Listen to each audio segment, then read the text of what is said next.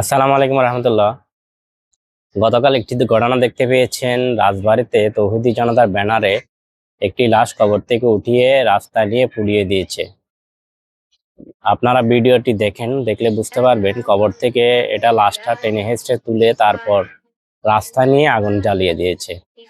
এরা আসলে কোন ইসলাম করে? এরা কি বোঝাতে চায়? ইসলামে কি আদৌ এরকম কিছু আছে? লোকটি ভালো কি খারাপ আমি সেটা বলতে চাচ্ছি না। উনি যে লোক, যে আকীদার লোক হবে হোক, যে ধর্মের হবে হোক, ইসলাম কি এটা সমর্থন করে? আইএমএ জাহেলিয়াত যুগকে হার মানিয়েছে। ইসলাম তো কখনো, যদি উনি লোকটি খারাপ কিছু করে থাকে, উনি জীবদ্দশায় উনি ওনার এগেনস্টে ব্যবস্থা নেন না কেন? ওনার বিরুদ্ধে কোনো এলিগেশন যদি থাকতো তখন আপনার ওনার নামে, ইসলাম অবমাননার নামে মামলা করে ওনার বিচার করতেন। কিন্তু মারা যাওয়ার পর ওনার লাশটা এভাবে কবর থেকে উঠিয়ে টেনে হিস্টে নিয়ে গিয়ে রাস্তায় আগুন জ্বালিয়ে দেওয়া, এটা তো কোনো মুসলমানের কাজ হতে পারে না। এরা তো মানুষ রূপী জানোয়ার আসলে। এরা আইএমএ জাহিলিয়াত যুগকে হার মানিয়েছে। চেঙ্গিস খানও তাদের ভূমি বৃদ্ধি করার জন্য যুদ্ধে অনেক মানুষ, অনেক মুসলমানকে হত্যা করেছে।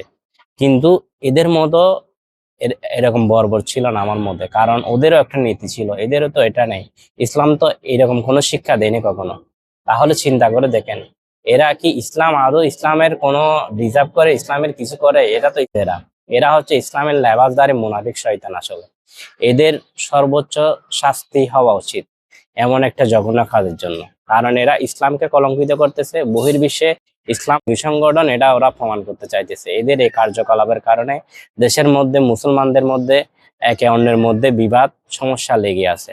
কারণ ওরা মুসলমানদের ভিতর দ্বন্দ্ব লাগিয়ে দিতে চায় এরকম ইস্যুগুলো করে। আসলে ইসলাম এগুলো কখনো সমর্থন করে না।